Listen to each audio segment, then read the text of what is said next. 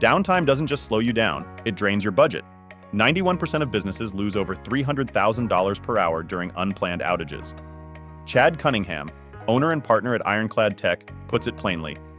Many companies underestimate how quickly downtime and hidden IT costs add up. Building IT resilience isn't just smart, it's a must to stay competitive. Unpredictable IT costs make it hard to plan. Managed services fix that with one predictable monthly fee. You get cost control, lower upfront investments, and better budgeting. Scaling becomes simple. You don't need to hire or train new staff when your business grows. A managed IT team handles it fast. They also cover gaps caused by vacations or turnover, so nothing stalls. Productivity stays high because problems are handled before they disrupt your systems.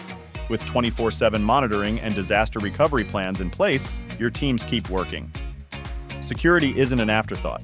Managed services bring continuous updates, threat detection, and compliance support without stretching your internal team. And there's more.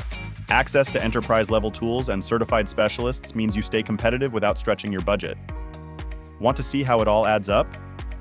Head over to our website to read the full article. You can also add this to your playlist to stay updated on smarter IT strategies.